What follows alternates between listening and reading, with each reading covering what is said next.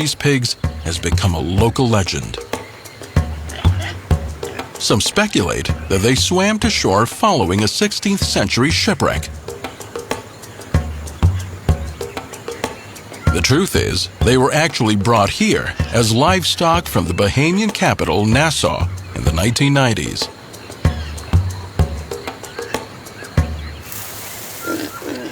At first, there were only 5 juvenile pigs, and they were fed and fenced in.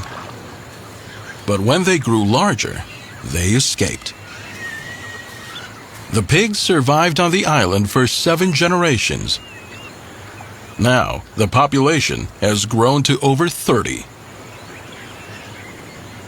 They may technically be domestic pigs, but these boars and sows haven't lost their innate ability to find food. This behavior is called rooting. Pigs see the world through a heightened sense of smell. Digging with their elongated snouts, they can sniff out edible roots as far as 1 meter underground.